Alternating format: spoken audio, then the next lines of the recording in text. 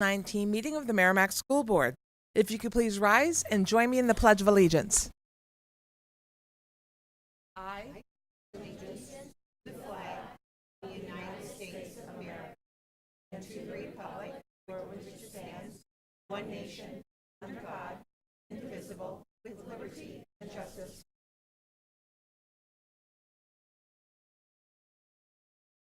Thank you very much, everyone. And the second order of business is the school board reorganization. Tonight marks the first meeting since our recent election, and in that we have a school board reorganization. So it's the election of a chair and a vice chair. So at this point, I will entertain nominations for chair. Brandy? I'd like to nominate you, Shannon, for another year of being chair. You've done an amazing job, and I hope that you will be able to continue on. Thank you, Brandy. Is there a second? Seconded by Naomi. Are there any other nominations or questions or comments? Seeing none, we'll put the motion to a vote. All those in favor signify by saying aye. Aye. Opposed, none. The motion carries 5-0-0. I will now, and thank you very much, by the way. I look forward to another year in this role. So I will also now entertain a motion for vice chair. Andy? Well, much to the dismay, I'm not going to nominate myself. Okay. Although I could, but I'm not. I'd like to nominate Sindhu Galyumi as vice chair of the Merrimack School. Is there a second? Actually, if you wouldn't mind, indulge me, I'd like to make a second. So I'd like to look forward to working with you. So would you like to speak to your motion? Yes. I've had the opportunity for the last 2 years, I think it was, to be the vice chair of the school board, and it's been a great honor to do this. But for me, there are things that I want to accomplish on this board over the coming year. So Cinda has expressed interest in being the vice chair this year, and I think she'd do a fine job. She's been on the board for 5 years now? 5 years? And certainly support her in this role. But it's more than five, and I certainly support her working alongside you, Shannon, as the leadership of the board.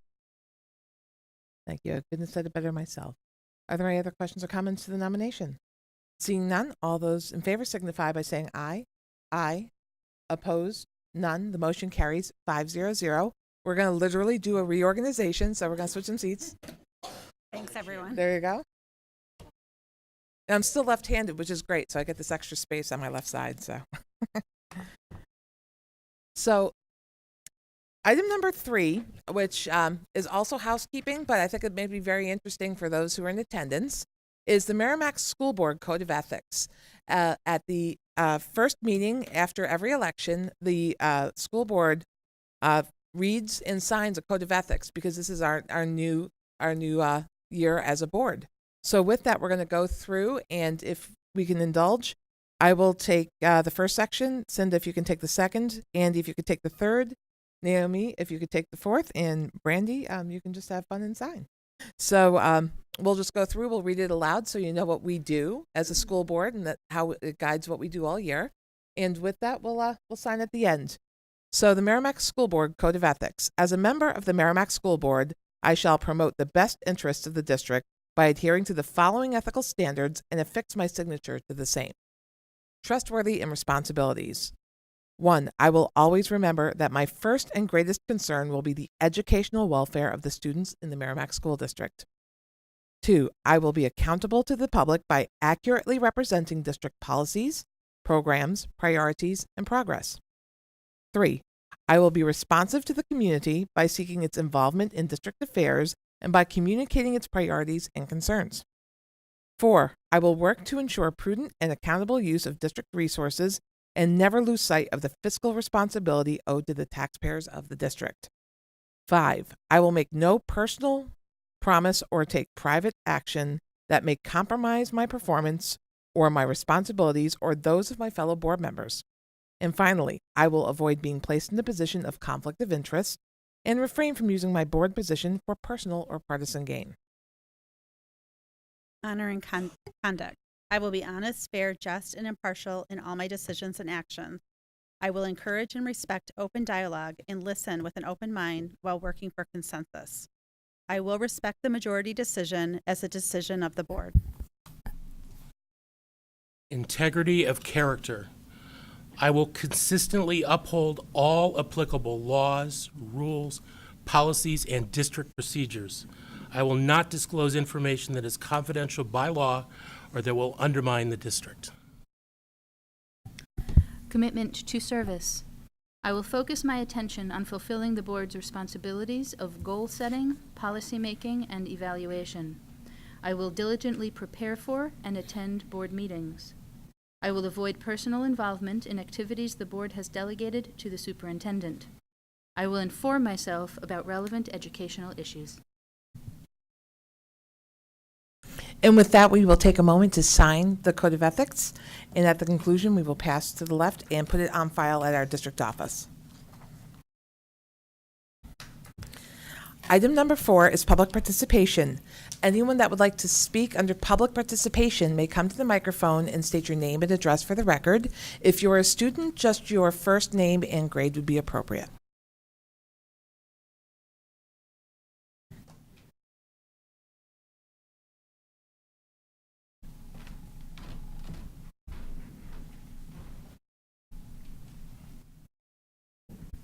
Good evening. Good evening. My name is not working. Try this one. All right, that sounds better. Can you hear me? All right. Good evening. My name is Robert Bevel. I live at 12 Blair Road, and I see we have a large crowd for other items this evening. I did want to point out that on the agenda tonight, there is no dispensation upon our recent voting on Article 8 for the homework policy, and I'm hoping that will be discussed and covered in tonight's meeting. Thank you. Is there anyone else that would like to speak under public participation? Again, microphone's name and address for the record. Thank you. Good evening. Finley Rothaus, 14 Kittredge Lane. I'm actually here to just quickly touch on the vote at the school district meeting that did pertain to the homework policy. I graduated in 1975 from Merrimack High School. I'm what we would consider to be a dinosaur. Grading and understanding how we grade in education for me would have been that you had to count homework. So if you had somebody who was having a little difficulty and really wasn't quite passing, but you could give them a few points for their homework assignment, they would pass, but they still knew nothing. And so conversely, if you had a bright kid who didn't have to do homework because they were like a sponge, they would absorb everything that was taught to them, and you took their points away, you really did them a disservice. And so I think what the difficulty is that people like me, Mr. Bevel, being dinosaurs, we know the punitive way that we used to educate children. And today, we want to give them the greatest opportunity. In order to do that, with competency-based education, give them opportunities to, again, retake a test, do other things that can help them learn the material so they can pass, or learn it better so they can do better as they move forward in the future. Homework should be a tool. It should be a practice piece of your learning, and it shouldn't count as a grade. It should be used for the learning. In order to retake that test at the end, you should maybe have to do your homework so we know that you've learned. It should not be counted as a grade. I also saw that warrant article as comparing to on the town side, if the townspeople were to set policy for the police department, for instance. I just don't see that as a good precedent. I think the biggest thing that bothered me about the whole Article 8 on the school district annual meeting was that it cost the town $33,000 almost. That's almost the cost of a teacher, first-year teacher. And that did bother me immensely. My suggestion would be that you contemplate a committee so that the understanding of comprehensive-based education could be greater for the school district as well as for the public. And if you take the time to do that, I think everybody would have a better understanding, and we wouldn't be defending ourselves against lawsuits unnecessarily. So that's my suggestion and recommendation, and I appreciate your time. Thank you, Finley. I have to all the kids that are out there, when you heard me snicker when he said a dinosaur, he and I graduated together, so from Merrimack High School. From Merrimack High School back in 1975. So, excellent. So, is there any other public participation? Seeing none, I know we have a big crowd tonight, but if you wouldn't mind indulging me, we'd like to move comments up to up before your presentation, so we can just get some of the housekeeping out of the way. Okay, guys? Thank you. So we acknowledge that the petition warrant article regarding the homework policy passed by a vote of 1,770 to 1,463. And we have, of course, reaffirmed with our district council that has the opinion that this article is advisory only. So the first thing as a board we need to do is decide whether or not we feel this should be immediately acknowledged and any adjustments should be done this year. And it's, at least of my opinion, that at this point we have 8 weeks left in the school year, and it would be irresponsible to change course with the way we've been doing things for 32 weeks. And I'm hoping the will of the board actually affirms that. Second, basically we need to decide whether we, based on it being advisory, whether we wish to review and possibly revise the policy for the new school year. And just to be clear, we always intended to review the homework protocol annually since we rolled it out the first year. We will also take into account the voting results as part of our discussion at an upcoming meeting. So it won't be done tonight, but there will be an upcoming meeting, and we do post our agendas on our website, and we can look for that for an upcoming discussion. Okay, so with that, we will now go on to item number 5, which is the focus on the James Mastrocola Upper Elementary School. So I invite to the table the leadership from James Mastrocola Upper Elementary School, our principal, Marcia McGill, our vice principal, Bill Morris, and if you would please introduce those in attendance on your behalf tonight. Thank you and welcome.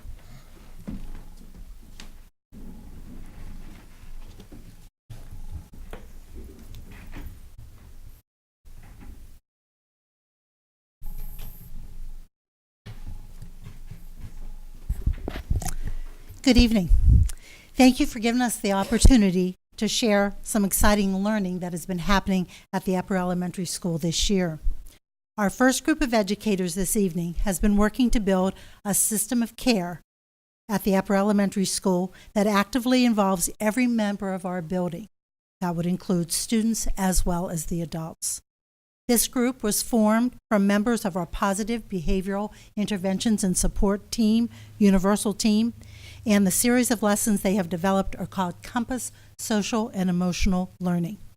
The Compass Social Emotional Learning lessons were designed by this team that's going to come up in a few minutes to be implemented by classroom teachers and to actively engage all students. The team members are Laura Livy, who is our behavioral specialist and the group facilitator, Lorraine Fay, grade 5 classroom teacher, Marissa Fogg, our world language Spanish teacher, Erin McLean, who is a grade 5 special education teacher, William Morris, our assistant principal, and myself, Marcia McGill. A team member that is not with us this evening, was not able to be here, is Matt Bigelow, a school counselor. Also this evening, we have students Logan Costco, grade 6, Olivia Korga, grade 6, Michael Landmesser, grade 5, and Braylyn Andrus, grade 5. So if I could bring that team up this time, please. And I will turn the program over to Laura Livy.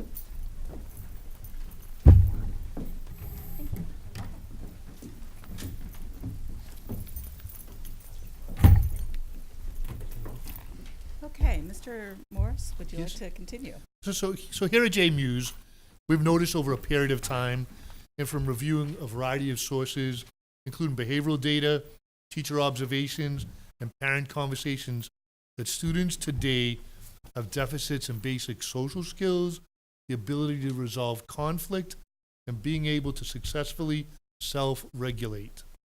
These are the very same soft skills that students will need to successfully maneuver from secondary education, higher education, and the world of work. You know, at JMUS, we use the PBIS program to reinforce the behavior expectations, respect, responsibility, safety. With the Compass program, We take it one step further, and teachers explicitly teach social and emotional lessons that are engaging and interactive, with the outcomes that students will learn social and emotional skills and demonstrate competencies. And so, thank you all for having us. The kids are very excited to be here today. So when we think about social emotional learning, what we base this on is the Castle Wheel, we call it. It's basically 5 competency areas. You can see them up there: self-awareness, self-management, responsible decision-making, relationship skills, and social awareness. So we basically take one competency a month, and we focus on that competency by creating really engaging, fun lessons for students. And we explicitly teach them social emotional skills. And then we loop back around. You know, the research says that the brain development requires frequent looping, going back around at the same content over and over in different, new, engaging ways. So that is the Castle Wheel. A couple statistics that you might find interesting: about 11% gain in academic achievement for students who do participate in social emotional learning. So I think that's pretty significant. Also, Castle did a meta-analysis of 82 different studies, over 100,000 students across the United States.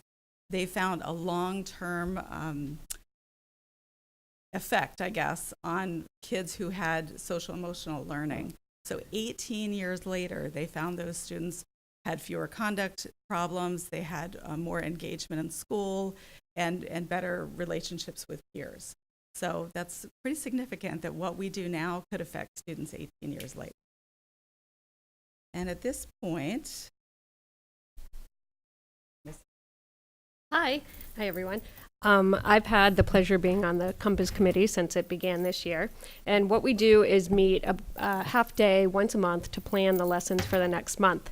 And we have the 5th graders do their lessons on Monday morning, and the 6th graders teach their Compass lessons on Friday morning.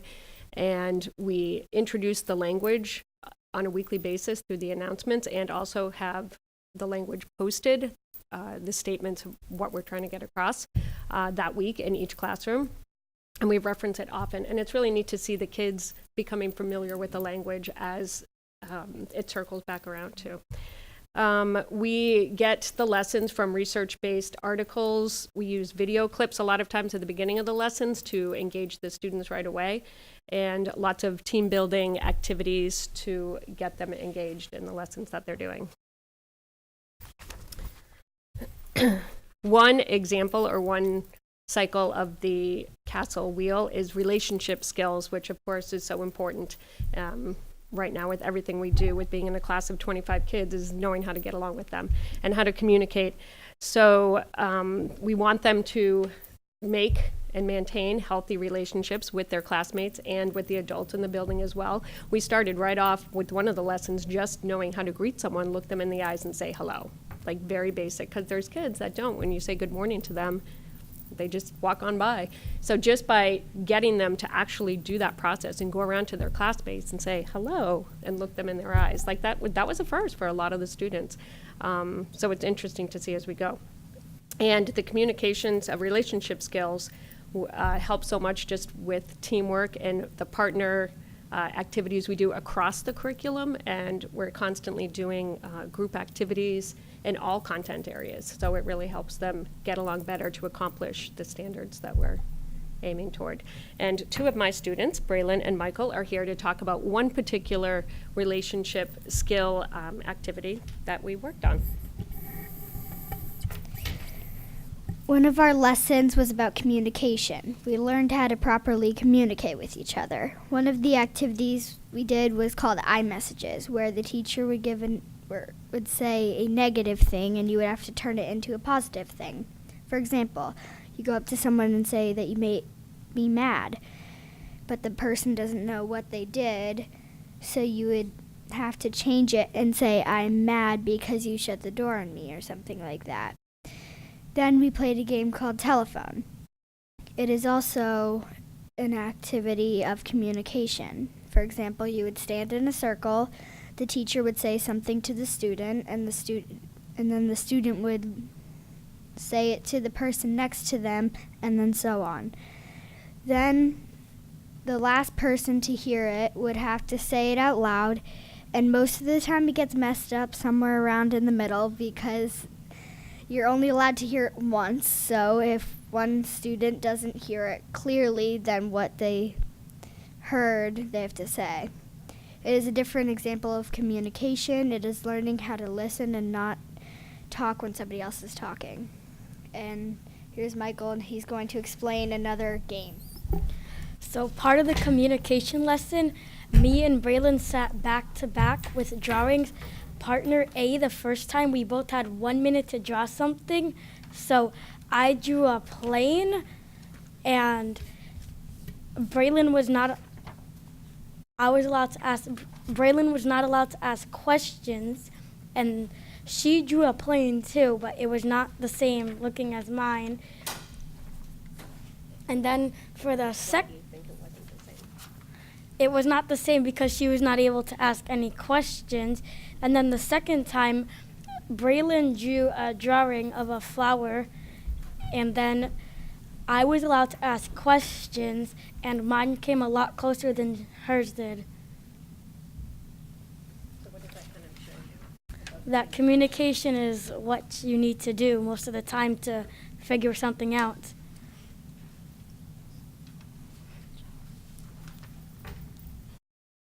Very good. And now we're going to have Senora Fogg, if you want to introduce your students. Thank you. Good evening, everyone. I'd like to introduce to you Olivia and Logan Pasco, and they're going to be presenting their lesson that they worked on in their classroom on self-awareness. Yes, I wasn't using it. I apologize. Do you need me to repeat that? Okay. All right, so I have with me Logan and Olivia, and they're going to present their lesson that they worked on in their classroom on self-awareness. So, Logan. Our compass lesson included lyrics to Greatest Showman song called This Is Me, and then a Be a Confident Star poster. And then we did a Pop Your Negative Influences sheet, and then confidence conversation starters. And this is Olivia showing you guys her original artwork. So we would have to do a ticket to self-confidence, and on one side we would have to draw or write what makes you feel confident, and on the other side you would have to do it's a movie starring you, and you would have to say like stuff like two people that I admire. I did two people that I admire are Megan Elwell and Maddie Flynn, and two things that make me happy are my family and my dance team. So, after using these lessons in the classroom, Olivia, how would you say that these lessons can help you both in school and outside of school? They can help you in school because, say, if you're partnered up with someone that you're usually not partnered up with, you can use those skills to help communicate and problem solve with those other kids that you don't usually work with. And out of school, self-awareness helps you with, say, applying for a job or something like that, or going further in your careers. Thank you both for sharing your lesson with us. I'd like to present to you all Erin McLean now, who's going to give you some very amazing educator feedback that we've had from the Compass program this year. Thank you. So as a committee, we wanted to kind of get feedback for what everyone was thinking about these lessons. So I'm not going to read all of them, but just a couple that kind of stood out. A teacher said students are taking responsibility for regulating their behavior and their interaction with each other. Another 6th grade teacher said Compass is a welcomed and much needed addition to the curriculum. Unless students are ready with the social emotional foundation, the academics won't sink in. And the nice thing was it wasn't just the teachers that, were enjoying the lessons, but the students also had some very nice feedback. A 6th grade student stated, I like the Compass program because it really teaches kids to be positive and kind. And another student in 6th grade said, I like Compass because I get to express my feelings and see that I am not alone. So really good feedback from both the students and the teachers, which makes our work seem very rewarding. I'm going to pass it back to Mr. Morris for questions and comments. Yeah, so thank you for providing us with the opportunity to share with you the work of this team and the role of the Compass program plays at the Upper Elementary School. So one definition of Compass is to grasp mentally, understand, and comprehend. So our hope is that through this, through the Compass lessons, the JMU students will be better to be able to grasp, understand, and comprehend those skills needed to be successful lifelong learners. So at this time, the team and the students would welcome any questions or comments you may have. And I want to answer one question that I know you're going to have, like, where did we come up with Compass, right? And I'll tell you, it's not an acronym like PLT and IEP and all that. What happened was we began with this vision, and the team was sitting around the table. And so where do you start? Well, you want to know, well, so what are we going to call it, right? And so we credit Marissa Fogg for suggesting, why don't we call it Compass? And we all thought, well, that sounds great. So Compass, the name Compass, came from Marissa's suggestion, and we thought it was a great way of capturing that idea of kind of guiding the students, to a path of success. Thank you. An excellent idea. I'm a marketing person, and I like it. So on that note, are there any questions or comments from the board? We'll start with Naomi and then Cinda. Thank you very much for coming, folks. I know that I have been excited to see how this rolls out and what you think of it as it does. My question is for the students. I'd be interested to know which lesson or which game you liked the most or found the most useful.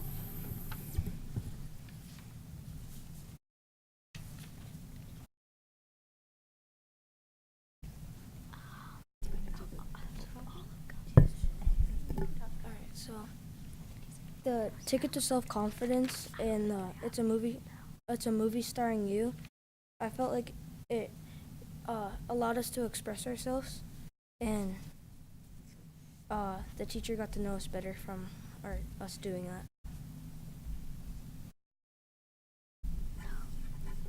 I liked the self-control lesson because you would have to say if there was something really tempting that the teacher put out in front of you, you would have to control yourself, and you'd be able to show that you can stay in control.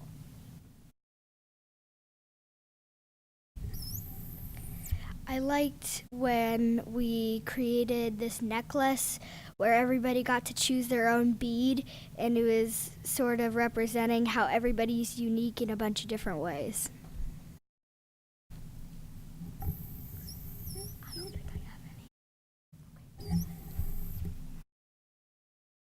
Thank you very much. Cinda? My question is, as it relates to the work that was just done for the district on behalf of the Mental Health Committee, and I believe the program that was chosen was Second Step for K through 5. How does this interact with that? And if it goes through 5th grade, how will we go forward with these type of exercises and soft skill development for the 6th graders? Yeah, very good question. I think it definitely runs alongside. The Second Step curriculum follows the same social emotional competencies that fall under CASEL. It mirrors a lot of the same emphasis and activities. I think when Second Step comes in kindergarten through 5th grade, that the benefit of that is the common language that's going to happen year after year after year.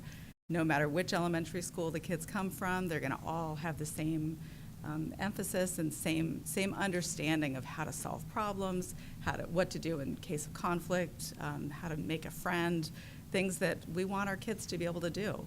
So I think that's a really good benefit. And then we have 6th grade, and so we don't have any district-wide curriculum for 6th grade yet. And so we are going to continue with Compass for another year. I think this is such a good program for our school. It's needed. I have no other way of saying the students these days, they need these skills and they need them explicitly taught. The kids do not wake up from the day they're born knowing these skills. They have to be taught.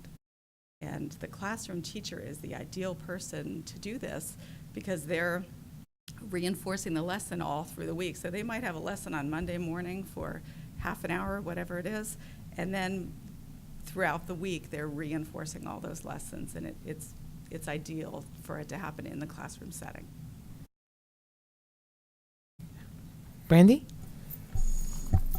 I just want to say thank you. I think part of being a very well-rounded teenager going into college is having a lot of these skill sets, and to be able to start at such an early age and then work through the social elements as they carry on in each building and then on into college.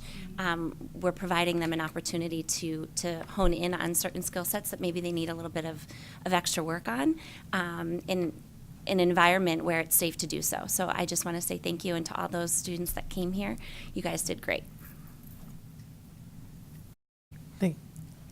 And I just want to thank you guys and your families for coming out tonight. You do a wonderful job. We really, as a school board, these presentations from our schools throughout the end of the school year really give us an idea of how your year went, what really mattered to you as far as your new content that comes in. You always provide something new, and it really helps us to understand what a day-to-day life is for a student in your buildings. And my kids are in high school, but I think JMU's might be a little different just from these programs that you're introducing than it was even when my kids were there. So I think it's very important for us as a board to know what your school experience is like and what you're doing to improve it every year. And so we thank you for sharing that with us. It really is important for us to hear. So thank you very much, and we hope you have a great rest of your school year. So thank you. We do have a second part, and so I will invite Marcia back to the table, Mrs. McGill. And I believe the second part of your program is an introduction to Universal Design for Learning. And I will cue you up to cue you up. So.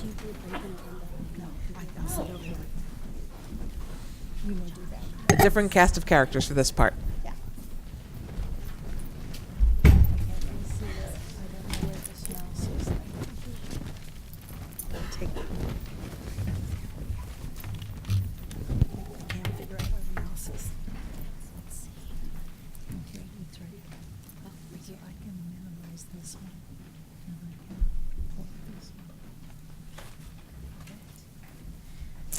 Thank you. The second group with us this evening is our Universal Design for Learning team, UDL for short.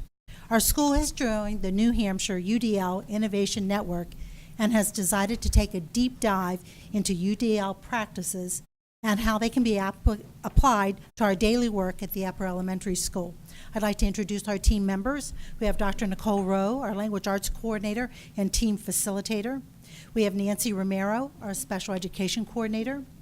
Helen Fitzgerald, our Technology Integration Specialist and our Math Facilitator. We have Kathy Goodman, a Grade 5 teacher.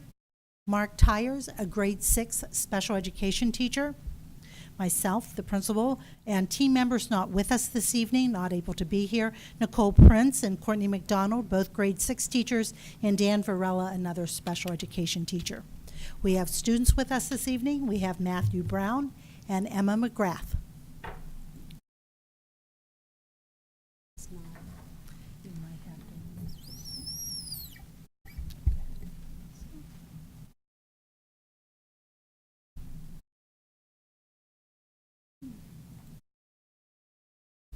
You may be looking for some tech support in the back room. I have a little technical difficulty here. We have it on the screen, but it's not moving above. Yep. I swear it was working before. It was. Is this where we say dun dun dun dun dun dun? Dun.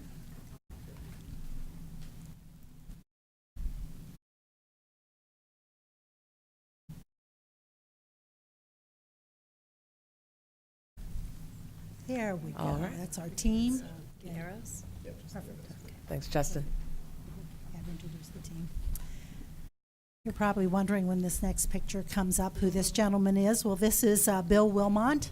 He is our CAST implementation specialist. He really serves as a personalizer and individualized coach for our school. CAST stands for the Center for Applied Special Education Technology, and they have been contracted by the New Hampshire DOE, Department of Education, the Bureau of Special Education, to provide New Hampshire educators with professionalized, customized learning opportunities. Our team has been involved in this year 3 network meetings. We had one in the fall, we had one in the winter, and one in the spring. These meetings include educators from across the state who are involved in this same program. Also, our team has been involved in 3 instructional rounds where Bill Wilmot has come to the upper elementary school. All of the team members will be observed, data is collected, and then goals will be set for the next meeting. So that feedback is really important to us. In addition to the meetings and observation, the team meets monthly to complete learning modules that are designed by CAST to help us reach our individualized school goals.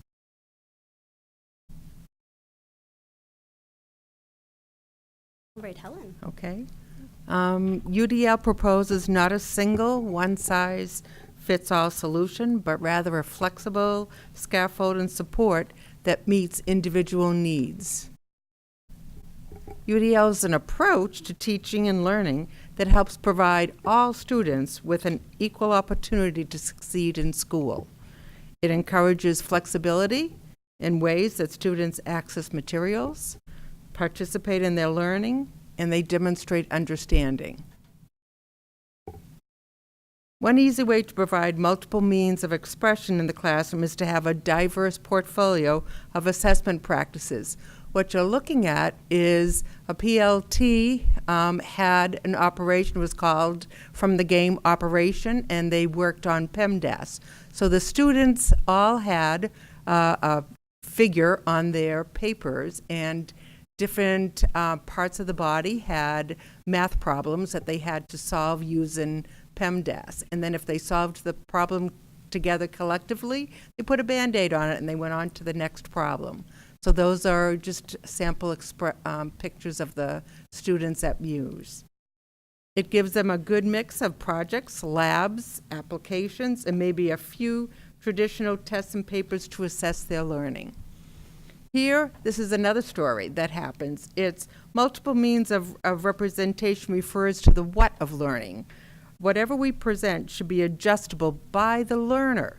So providing multiple means of receiving the new information can include captured videos, texts, which can be read by a screen reader, and kinesthetic activities that allows the child to try and do something.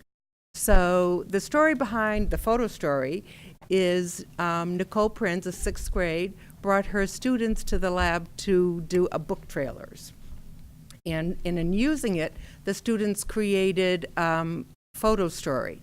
But at the same time, sometimes as they would be inputting pictures or designs, it wasn't exactly what they envisioned it wanted to be. So if you go into PowerPoint, you can design on a slide anything you want on that PowerPoint slide. You save it as a JPEG, an image. You're then able to bring your own unique image into PhotoStory. The students down the bottom, they have 10 to 12 slides talking about their book trailer. They added music at the end, they added their voice, transitions, and it turns it into a video for free. Really cool. So we know on the EPEC rubric that a highly effective teacher makes things relevant for kids. So I'm going to give you a very relevant example of UDL. So here I am planning an amazing dinner, my very famous recipe of making spaghetti and meatballs. And I am going to do this from my grandmother's recipe. I've got homemade spaghetti, I have ground beef, I have fresh Parmesan, I have vine-ripened tomatoes, warm bread. I'm so excited. I played it out. It's beautiful. If the PowerPoint was working, you could see it and your mouth would be watering. I don't know why it's not up here. Yeah, I tried it. I want to do it. for I think just we're going having back to the tech support I mean, well. if you saw this picture, you would just, it would blow your mind. But until you do, I'll tell you what happened. So I have all my colleagues over. I'm ready to impress them. Hold on. Justin went out for takeout a little while ago. Because I don't know, but that graphic description just kind of got to me. That's really good. So I have my dinner party, and my guests are ready to sit down. And I notice some nervous laughter, and I see some kind of like tense smiles. And I realize as we start to talk that one of my guests is gluten-free, so the pasta and the bread's not going to work for them. Another one of my guests only eats vegetables, and so I can give that guest the tomato sauce, but that's not really a dinner. Another one of my guests has an allergy to tomatoes. And another one of my guests is lactose-free, so that's not going to help them at all with the Parmesan cheese. I'm kind of stuck. I made this great meal. I planned for most, but I didn't address some of my guests. And their experience is not going to be a pleasant one. In fact, they're not going to go home saying that I have any skills in cooking when, I think my recipe's pretty good. Oh, there we go. There we go. There's my meal. We don't accept this at our school at JMU's. We don't want to plan for most and only address some. So we have to think about this in a different way. For my dinner party, I could order takeout, but I don't want to do that at school. I want to keep all of my kids. So I'm going to think about it differently. I am going to have a buffet next time that I have a dinner party over. I'm going to have spaghetti squash instead of spaghetti for some. I'm going to have a variety of sauces and vegetables. I'm going to have vegetarian options. And by planning in this way, I'm going to let my guests make their own pasta. Everyone is going to be very satisfied. And I'm going to be known as a wonderful chef, which makes me very happy. It's not any more work. It's just thinking about how do I meet all. And in this way, by trying to address all needs, I am maybe opening up some people to different experiences. Perhaps they never tried something on their pasta that they really loved, and now they're going to do it forever.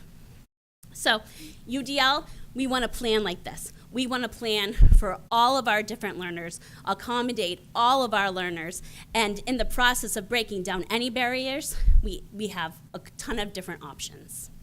One more story. Oh, no. I think you're right. Technical support.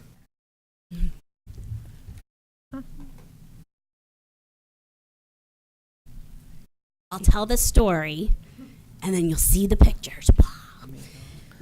All right, imagine this. So, 3 boys, varying heights, are at a baseball game. They didn't buy tickets because they didn't have the money, but they want to see the game. So I give them all a box, and I say, go ahead and stand on the box. Then you'll be able to see over this fence, and you'll be able to see the game.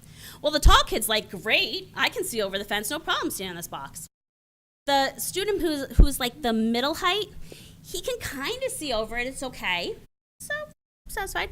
My poor little short guy, he can't see anything that's going on. Well, if you equate this to student learning, it's giving everyone the same support. Oh yeah, I gave them support, but it's all the same. I could do something else too. I could make this a little bit better. I could differentiate support. I could give my tallest guy 1 box or nothing. Oh, here we go. I could give my medium height guy 1 box to stand on, he could see the game. And my shortest guy, 2 boxes, and he could see the game. But there's an even better way to address this. I could remove the barrier. Now, nobody needs any accommodations or supports. They can all see the game. So what we do in UDL is try to figure out what are our barriers and try to remove them from the start of our planning. So I think you have in front of you this diagram, and in our quest to develop students who turn into expert learners who are purposeful and motivated, resourceful and knowledgeable, and strategic and goal-directed, we have like a menu, an array of things that we can think about in planning to make those things happen. In the area of representation, we want to provide multiple means of representation by giving students options for perception, We're going to offer ways of customizing the display of information and might do things such as offering alternatives for visual information or alternatives for auditory information. We're also going to think about options for language and symbols by clarifying vocabulary and symbols, supporting decoding of text, mathematical notations and symbols, and illustrating things through multiple media. We're also going to provide options for comprehension by activating background knowledge or supplying it, guiding information processing and visualization, and maximizing the transfer and generalization of that stuff. We're going to provide multiple means of action and expression by giving students options for physical action, such as varying methods of response. We're also going to optimize access to tools and assistive technologies. We want to provide options for expression and communication by using multiple media for communication and also using multiple tools for construction and composition. And then we want to also provide students with options for executive functions, such as guiding appropriate goal setting and supporting planning and strategy development, and enhancing capacity for monitoring progress.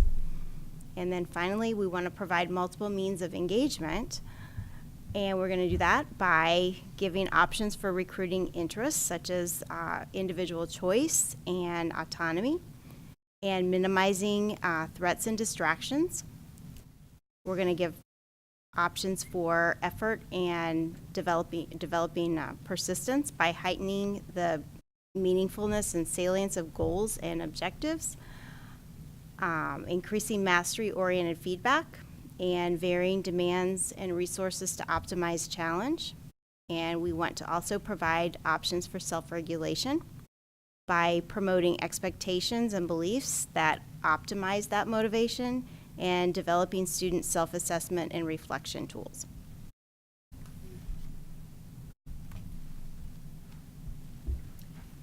So, I'm Kathy Goodman, and I teach 5th grade at the upper elementary, and I'm going to talk a little bit about how UDL supports teachers. One thing it does is it definitely encourages a teacher to be flexible. When I first started teaching, which was about 15 years ago, coming into the field, I thought everyone answers the questions in the same way. Everyone does the same project. But I actually started this work with UDL in my SNU cohort, the first SNU cohort we had, and I had a course with UDL. And one of the projects the kids are actually working on now, I started in that class. But my mindset has kind of changed, and now I kind of look at it that the kids have so many different options and ways that they can show what they know. And as a teacher, I need to be flexible with that not everybody's going to show what they know in the same way. So. Mark Tyers, I'm a 6th grade special education teacher, and as teachers, we need to anticipate the barriers from our students. So teachers need to anticipate barriers and address learner viability. What stops learning? Where do we reteach and remove undesirable difficulties? Another way that UDL supports teachers is getting you to kind of look at the GPS analogy. So a GPS allows you multiple ways to get to where you're going. And teachers offer multiple pathways to assist their students to reach their goals for success. UDL has teachers thinking about the multiple ways to display information, as Mrs. Romero talked about. So for example, in our social studies class, we started learning about the Jamestown Colony. And so the students learned about it by watching videos, by reading text. We also built little Jamestown forts, and we got to experience traveling to Jamestown through the Google Expedition goggles, which was a really cool experience. These multiple ways to present the information gave students a more in-depth experience overall.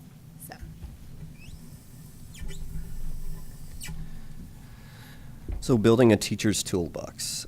Teacher's toolbox contains a variety of different assessment for content areas that involve the integrating a variety of methods and materials for students to expand their learning and understanding. I've really enjoyed going to our conferences, the networking conferences that we have. And one of the stories I took away from this was the 7-10 split. And you can find this on YouTube and watch it. But this is Shelley Moore. And she explains that teaching is like bowling. And the ball is the lesson and the pins are the kids. And we do the best we can to aim for the middle and get as many as we can in the first, that first bowl. Sometimes we get an extra chance to knock them down, but sometimes we're left with that 7-10 split. And in this case, those two pins on opposite sides of the bowling alley are our kids who need the most support and the kids that need the most challenge. Well, anyone that knows about anything about bowling knows that bowlers don't actually aim for the middle. They actually bowl on a curve. And so they know that the ball entering on a curve will actually knock down more pins, causing a domino effect. And so in teaching, the supports we design for our kids on either end are the supports that might benefit all of our kids. So what is best for some can actually benefit all of the kids. So with us tonight, I brought some of my students from my classroom, and they're here to talk a little bit about kind of what UDL looks like in our classroom for them. Hi, I'm Matthew Brown, a 5th grader in Mrs. Goodman's class. I'm Emma McGrath, and I'm also in 5th grade in Mrs. Goodman's class. We are here to talk about how we have choice in our class. One of the ways our class has a voice in choice is whenever we are doing making meaning, we can write, draw, or talk about what we're learning and thinking about the text. For example, here are our readers' notebooks. Another way we have choice is that for upcoming book projects, we got to go to a restaurant for a book tasting. We got to sample different books and then choose which one we wanted to read. Then we got to preview a variety of different books projects and then got to choose what kind of project we wanted to do about the book we are reading. I chose to create a test about my book. I chose to do a mobile. Some other kids in our class are creating glossaries, board games, movie posters, shoebox dioramas, and PowerPoints, just to name a few. In social studies, we learned about explorers. We had lots of different ways to learn about them. For example, we read from textbooks, we watched videos, we used online encyclopedias, and used trade books. We also got to choose how we wanted to present the information we learned. I created mystery files about each explorer. I created a comic strip poster, and some people created books or PowerPoints or plain posters. Today in math, when we finished our math tests, we got to choose from different options on the board, like practicing reducing, pentomino puzzles, morning math work, or practicing math facts. Also, having choice helps me keep a growth mindset. Instead of saying I can't do it, I say I can't do it yet. If I get it, I work independently. If I need help, sometimes I find a partner. And if we both don't get it, we join Mrs. Goodman's small group.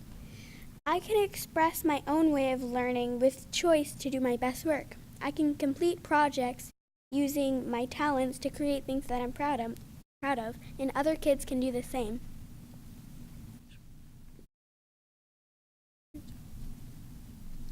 So we want to thank you for having us here this evening. We wanted to share with you a little bit about our Universal Design for Learning that we've been doing. And if at this time you have any questions, we'd be happy to try to answer them for you. Thank you very much. Are there questions or comments from the board? I see Naomi. I see Cinda. So I'll start with Naomi. Thank you very much for being here. It's wonderful work. This is a slightly technical question, perhaps. UDL, I know, isn't new in the district by a long shot, but it looks like this has provided a framework that's allowing you to do something a little different. So I'd like to hear a little bit more, if you don't mind, about what specifically this model is doing that's different from ways that you've looked at UDL before. One of the things that participating in this work with CAS has done is it's really helped us to understand explicitly what the UDL guidelines are. One of the things that we share with teachers is that this is not a new initiative, exactly like what you said. A lot of these principles and a lot of the guidelines are things that we're always doing. One of the things that our team has decided to do is to do a presentation for each module that we do for our staff at each staff meeting, so that we show them examples of classrooms or things that we see in the hallway, or the different types of practices that teachers are doing that explicitly meet the learning goals. So UDL has provided us with, exactly how you said, Naomi, a framework. We're understanding through our deep dive process explicitly what that looks like, so that we can be forward thinking in our planning. We can do backwards planning and put these kinds of supports in as we begin to think about each unit, our body of students and how that changes. And hopefully one of the things that all of our teachers will continue to do as we progress through this multi-year process is share the things that they've done and grow our toolbox, as Mark talked about. You're welcome. Cinda? I have two questions that we've kind of touched on just a little bit, but I wanted to see if there were any best practices in your world for planning. So as you're planning under this framework, what best practices do you have? Or if you were giving a teacher that might not be as familiar with the framework or reluctant to use the framework, what advice would you give them?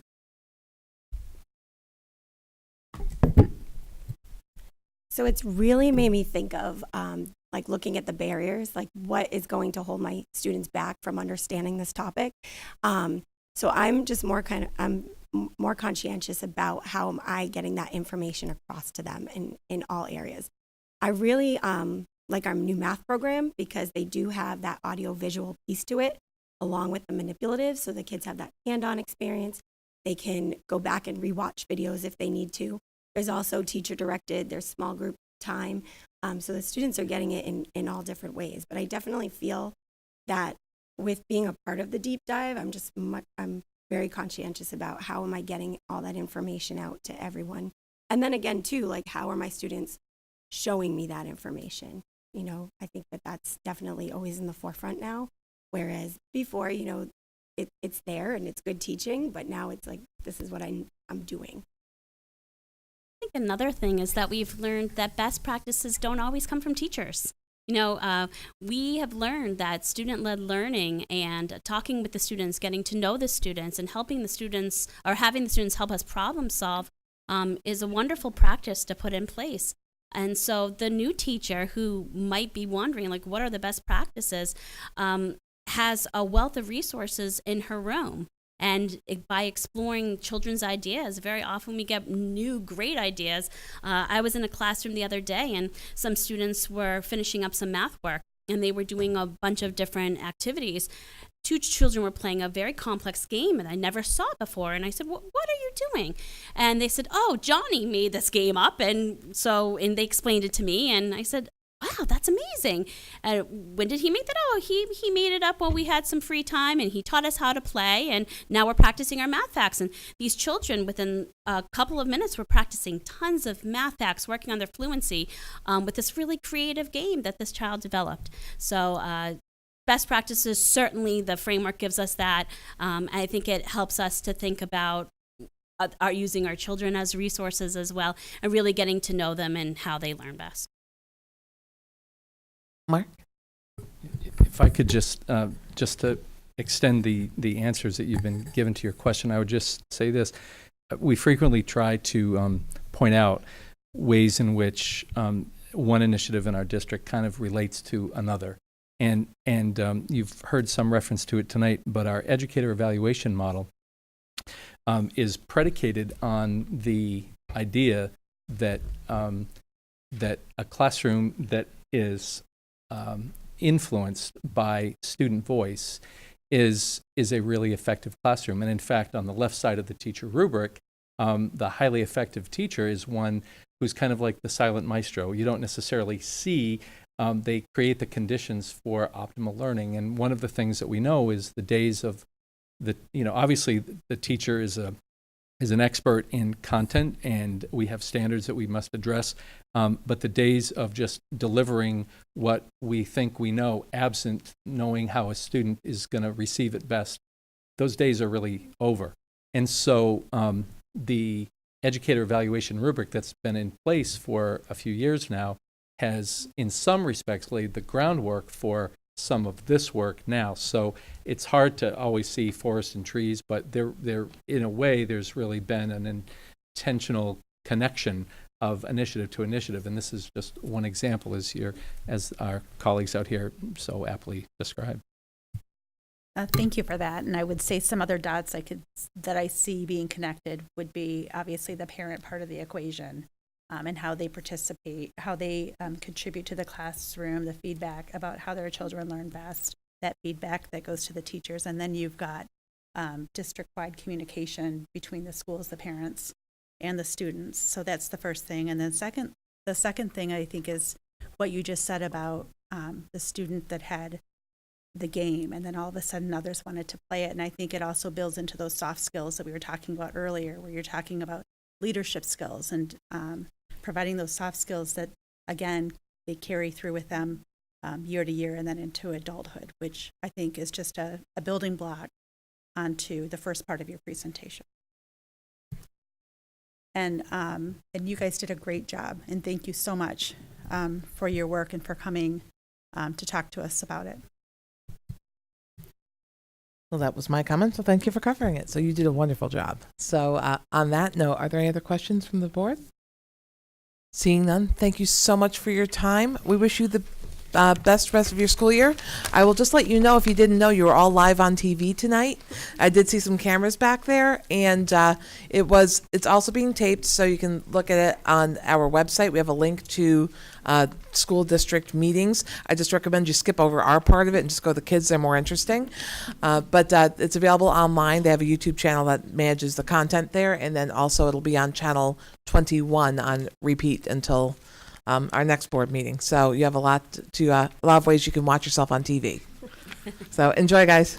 Thank you.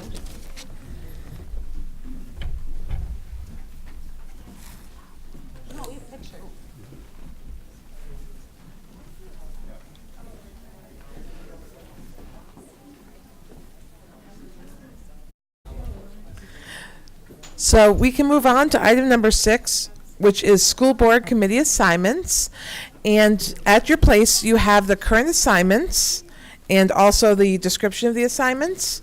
I know that this year the board has expressed that with schedule changes, there have been some challenges in being able to maintain active participation on some of these. So I think it's definitely time where we take a look at what we're doing and what responsibilities we have outside of our roles on the board, which actually probably pay the bills a little better, just saying. You don't make a lot doing this. And so with that, if in the next couple of weeks, if you could let me know what assignments are, 1, of interest to you, and 2, of your ability to be able to serve on those committees, I will put together a matrix based on supply and demand. And if there's any gaps that need to be filled, I'll be reaching out. If there's duplications, I would just ask that you provide them in order so I know of the assignments which ones are the most important to you, the most interest to you, and that way we'll just try to create a matrix of get the coverage of the district. So with that, I know, Brandy, you said that you could not make Parks and Rec on a regular basis with other commitments. So you and I have already talked initially about switching. I know there's a meeting on Wednesday, and I will cover that and take primary from this point. So. But from that point, we will try to do some coverages there. But send it to me the next couple of weeks, and I think we have already some swaps in the works, just based on availability and schedules. So at our next meeting, the first meeting in May, we will redistribute the assignments in final form and try to present them to the district. Andy? Highlighted in yellow at the bottom, you say the future of Merrimack Safeguard will be discussed. Tonight? No. Oh, just In checking. general, because of it's just the. No, I know. I just didn't know if that was part of your intention or not. Nope, just really it's about Okay. what coverage you can make, and if the Merrimack Safeguard dynamic changes, it lightens a responsibility to the board. And with that, we may just want to make sure we keep the workload consistent and equally distributed. And we are on to the housekeeping portion of the evening, which is agenda item number 7, which is the approval of school board minutes. We'll first entertain the April 1st, 2019 minutes. I will entertain a motion to accept. Made by Naomi, seconded by Brandy. Are there any edits to the minutes? Seeing none, we'll put the motion to a vote. All those in favor signify by saying aye. Aye. Opposed, none. The motion carries 5-0-0. And I will entertain a motion to approve April 8th, 2019 minutes. Made by Cinda, seconded by Andy. All those in favor signify by saying aye. Aye. Opposed, none. The motion carries 5-0-0. On to item number 8, which is the acceptance of gifts and grants under $5,000. And it says school board chair, but I think, Matt, are you covering? Yes, I am. And just to let you know, you are the assistant superintendent of business, so we'll pass it over to that. Thank you very much. Thanks. This evening, we have a gift to Thorntons Ferry Elementary School from the American Heart Association. The amount is $500. The donation was received for Kids Heart Challenge based on the dollar amount raised, which was approximately $17,000. The $500 will be deposited into the phys ed supply account. That was accepted by the principal of the school. From the American Heart Association, $500. The second one we have is Thorntons Ferry Elementary School. Again, from Hannaford Helps School Programs, 2018. And it's $75. And the community makes donations by depositing receipts at store locations.